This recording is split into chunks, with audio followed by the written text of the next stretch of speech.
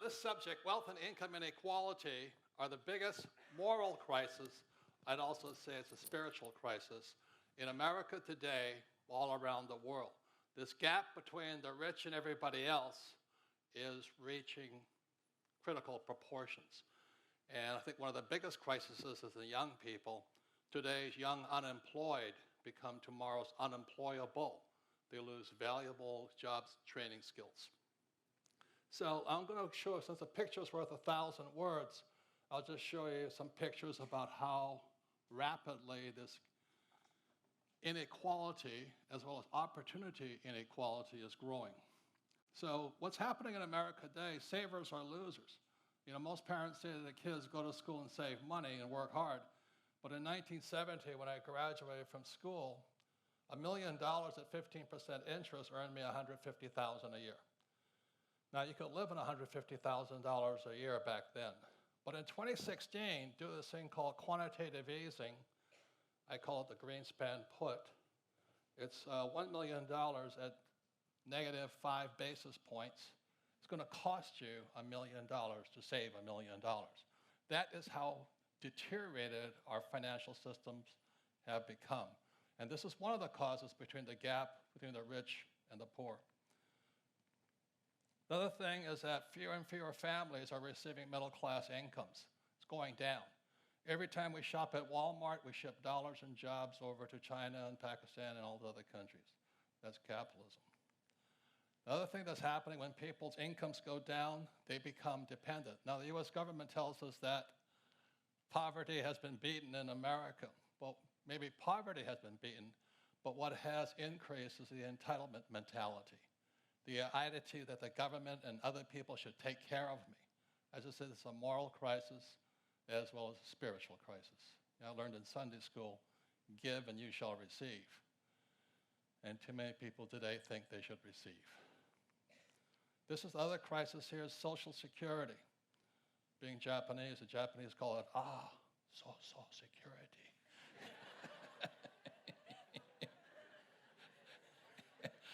I'm a racist, I know. But anyway, I've met so many people my age. There's about 75 million baby boomers. I'm at the top of the baby boom chain. We expect the government to take care of us. That's a lot of highly educated people. That is a crisis. So in 2002, I published this book, Rich Dad's Prophecy. 14 years later, the prediction was that 2016, there'd be a global financial crash. We're in 2016. And here we are in 2016. You can see it coming. In the first 10 years of this century, we have had 3 major crashes. In 2000 was the dot-com crash, followed by the 2006 real estate subprime crash, and then 2008, the banking crash. The question is this next? This is the giant crash of 1929. And every time I listen to those guys on CNBC, I call it bubble vision, they keep talking about the giant crash of 1929. I tell you what, it doesn't even compare to this one coming, you know? So that's why I write and I speak, and I'm very concerned about our futures, our well-being, and the state of the economy. So I'm going to be talking today about why the rich are getting richer. Commercial message, my next book coming out. But I'll explain some of the tricks of the trade, why guys like me get richer and everybody else is not. And this is quite interesting. This is one of the reasons the rich are getting richer. These are the Bush tax cuts. The biggest tax cuts goes to the top 0.1%. Thank you, George. I appreciate that. You know, they have no morals, those guys, man, I tell you. But anyway, I'm the author of the book, Rich Dad, Poor Dad. Maybe I should see a show of hands. How many have read Rich Dad, Poor Dad? Oh, good, some of you have. Who has not yet read the book here? Oh, good, there's some customers out there. I'm happy to see that.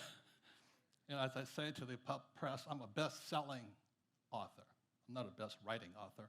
But anyway, so for those that have read the book, Rich Dad, Poor Dad, is the true story of my 2 dads. And the story begins when I was 9 years old, growing up in a little town, a little sugar plantation town called Hilo, Hawaii. And I raised my hand in the 4th grade, and I went to a very rich basically all-white school. And I said, Mrs. Gerald, when will I learn about money? And she says, money? Don't you know the love of money is the root of all evil? I said, not to me, but I tell you. And she says, you're here to get a job. I said, no, I don't want a job. I just want to get rich. So she says, go ask your dad. So that's where Rich Dad, Poor Dad started. And my poor dad was the head of education for Hawaii, very smart man, PhD, went to Stanford, University of Chicago, Northwestern. And I went home and I asked Dad, I said, hey, Dad, when are we going to learn about money? And he says, never. I said, why not? He said, the government doesn't allow us to teach you that. I said, that's kind of interesting. So he said, if you want to get rich, go talk to your best friend's father. And he's an entrepreneur, and someday he'll be a very rich man. So that's how the story of Rich Dad, Poor Dad starts. When I was 9 years old, I went to my rich dad's office, being an entrepreneur, and he started teaching his son and me about why the rich get richer. And that's my financial education began. So I wrote this book. It came out in 1997.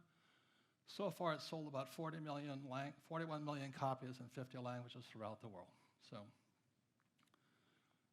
I'll give a little bit of my background. I don't do it for the applause. Send the cash. But anyway. Anyway, this is Hilo, Hawaii to New York City. I didn't do well in school. I was a straight C- student. But I did, and having the old man as the head of education wasn't easy, you know. So anyway, I got 2 congressional nominations, one to U.S. Naval Academy, Annapolis, Maryland, one to U.S. Merchant Marine Academy at Kings Point, New York.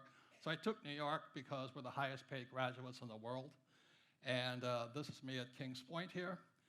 And our starting salaries for most of us was about $100,000 a year back in 1965. So that was pretty good back then.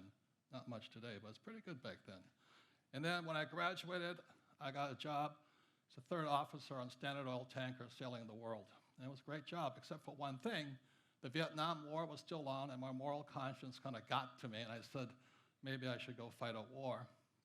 So I joined the Marine Corps, and I took a cut in pay from about $6,000 a month down to $200 a month as a Marine lieutenant.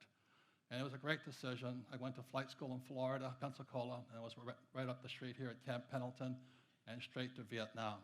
And it was really a great experience. Loved the Marine Corps, loved the guys I worked with. And it's a band of brothers, very spiritual organization. And when I came back, that's when my business career started. It's my first business, the surfer wallet business and all this. And everybody thinks, yeah, when you start getting successful, life's easy. Well, no, success is expensive. You know, I started selling these silly wallets, and all of a sudden they took off. And I spent more time raising capital to buy more inventory so I could sell more. But it was a great learning experience. I learned to make a lot of money selling wallets. But anyway, my life changed when I met this man here, Dr. R. Buckminster Fuller. This here is what Fuller is noted for. He's considered a futurist and a friendly genius. This is a geodesic dome, which was at the Montreal World's Fair in 1967.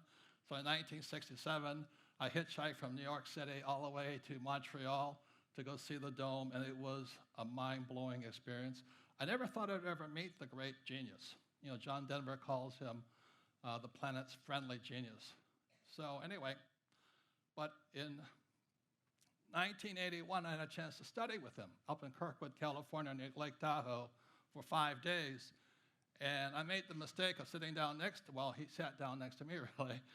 And it was called the Future of Business Seminar. And he sits down next to me. He says, Robert, what is your life's purpose? What is your mission in life? I said, oh, to get rich. Wrong answer. He chewed me out. He says, it's a waste of a good mind. You know, it says, why don't you do something to change the world? I said, change the world? I just want to get rich, you know. And finally, I got it. As he says, you know, I'm not here to work for me. I'm here to work for everybody else. And it was a pretty cathartic event once I realized how greedy I was. Then I studied with him for 3 years. And every time he kept asking the same question that he asked himself, what can I do? I'm just a little guy. What can I do? I'm just a little guy. He was tiny, too. So I ask all of you, what can you do? We're just little people in many ways. So I studied with him for 3 times, 81, 82, and 83. And then he passed away on July 1st, 1983, and he left this book behind. It's called The Grunch of Giants. It stands for Gross Universal Cashites, Grunch. It's how the ultra-rich rip us off. Now, Fuller is a friendly genius. He never wrote finance books or economic books. He's math, science, art, design. He's an architect. I read Grunch of Giants and understood it because it's exactly what my rich dad was telling me. The rich are ripping us off. So at that point, I said, what can I do? I'm just a little guy. And I decided at that time I would take on grunge. And for those of you who wonder who grunge is, you may just notice that those crashes we just had, we got bailed out. The rich got bailed out. Let me tell you, ladies and gentlemen, Bernanke and the president and Paulson stand up there and they say, this was a mistake. We had to save the economy. That's a lie. I hesitate to tell you that. It's a lie. They bailed out the rich. It is part of their business plan. It goes on all the time. So, ladies and gentlemen, I said in 1983, I got to do something about this. And what can a little guy do is take on the biggest banks, the Federal Reserve Bank, which is not a bank, not federal, no reserves, not American. Get the hint? And I could take on Wall Street, I could take on government, but I could also take on the school system. See, ladies and gentlemen, those crashes, these bailouts are not accidents. And neither is it an accident there's no financial education in school. What my research found since 1983 is premeditated. Just as prior to the Civil War it was illegal to educate a slave, we're not allowed to learn about money in school. And when I found that out, I said, okay, it's time for me to get on with my life and start teaching. So I became much like my rich dad and my poor dad. I started teaching. And it was not too far from here. My wife and I were homeless in San Diego, doing our best to teach because we can't go inside the school system and nobody wants to listen. So anyway, that's how it started. And so I'm going to tell you what financial education really is. I'll start by telling you what it's not. Financial education isn't saving money and investing for the long term in the stock market and getting out of debt. Exactly the opposite of that. So my financial education began with a game of Monopoly. We all know the formula: 4 greenhouses, 1 red hotel. So when I was 9 years old till I was about 20, Rich Dad and I and son would play Monopoly. And that's how I learned to become a rich man. So the reason it works is this is the cone of learning. It was created by a man named Professor Edgar Dale. And in 1969, he came up with the cone of learning, and he said, this is how human beings are designed to learn. Notice the worst way to learn is by reading. And the second worst way is lecture, listening to boring teachers. That's why I was never at school. Anyway, that's not really, I was there, but anyway. And then what you guys are doing here is you're looking at pictures, watching a movie. That's why TED Talks works. But also, the second best way is called simulation. Simulation is where you get to make your mistakes. You get to make your mistakes after mistakes. You just make mistakes. See, human beings learn by making mistakes, except in school you make mistakes, you're considered stupid. In business, you make a mistake, you're fired. And you make a mistake in business, you're a failure. So a person's got to find a place to make mistakes. In scientists like Edison, it was a laboratory. So the reason I learned a lot was I made mistakes playing Monopoly. That's how I learned so much. And today I play Monopoly in real life. My wife and I have over 10,000 units, several hotels, golf courses, and oil wells. But that's the game. Once you learn it in your brain by playing games, simulations are the way you learn. So you practice, practice, practice, practice, practice. You make mistake after mistake after mistake. Like a golfer makes a mistake after mistake after mistake, then they turn pro. But the reason a lot of people are not rich, they think mistakes make you stupid. It's criminal. A baby cannot learn to walk unless they fall down. You can't learn to ride a bicycle until you fall off the bicycle. So that's where our school system's letting us down. So I love the military because they taught us to make mistake after mistake after mistake. Every day we flew, we practiced emergency procedures, and every day I killed my engine to fly my aircraft without an engine. And this here is me doing the real thing. I went down 3 times in Vietnam. And if not for practicing crashing, I wouldn't be here today. All 5 of my crew came home alive. So what I did was, after Bucky kind of chewed me out, he says, what can I do? I'm just a little guy. My wife and I created this board game called Cash Flow, but this is the key to the cash flow game here. This is called a financial statement. You add a financial statement to Monopoly, you have cash flow. This is financial literacy, how you understand numbers. So the beauty of the cash flow game is today we have thousands and thousands of cash flow clubs all over the world, people teaching people without having to go through school and getting into student loan debt. Now, you have to go to school to be a doctor, a lawyer, an engineer, but you don't have to go to school to be rich. So all over the world today, I did what Dr. Fuller asked.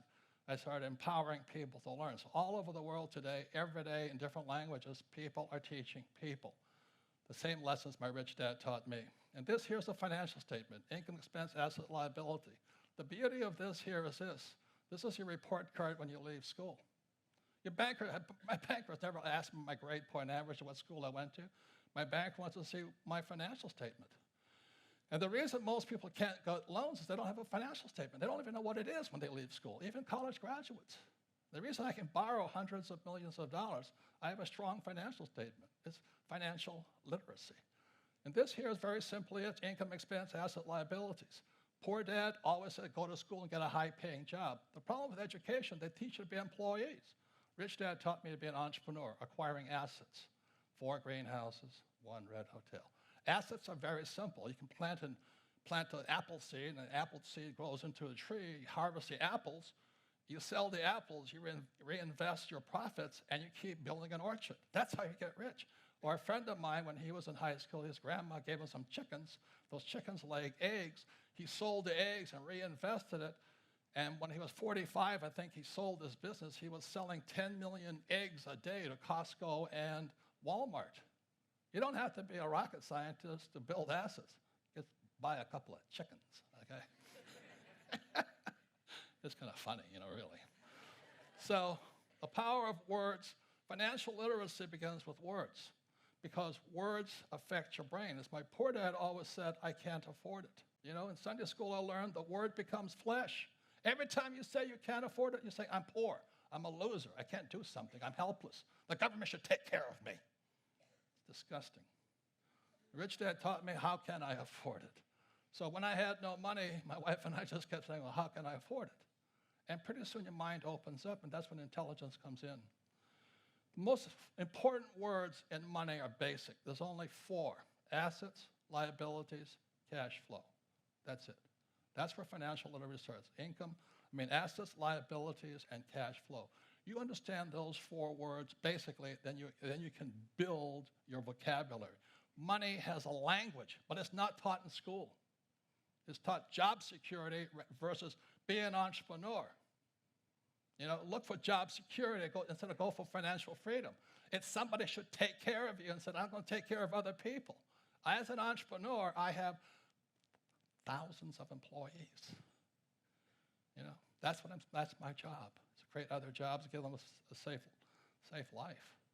So number 1 is assets. Number 2 is liabilities, cash flow. These are liabilities. The reason the poor and middle class grow poor is because they think their house is an asset. If you read Rich Dad, Poor Dad, I said several things. Savers are losers, and your house is not an asset. This came out in 1997 and 2007. The subprime market crashed, and tens of millions of people throughout the world found out their house was a liability. Look, if you use the wrong word to describe the wrong issue, you will always be stupid and broke. So don't call a liability an asset. And that's why so many people are broke. They're using the wrong words. The words become flesh. Financial literacy. Change your words, change your life. Never say I can't afford it. Ask yourself, how can I afford it? Work to acquire assets, not liabilities. That, ladies and gentlemen, we have thousands of cash flow clubs around the world. People are teaching people. You don't have to go to school to learn to be rich. So the thing is Bucky Fuller challenged me. What can I do? I'm just a little guy. I stopped making wallets and I started making sense. My wife and I created this cash flow board game. It's played throughout the world today. Every day, tens of thousands of people are teaching themselves. That's how you change the world. But we change your words, you change your life. So the best news is words are free. It doesn't take millions of dollars to change the world. Just change your words. Thank you very much.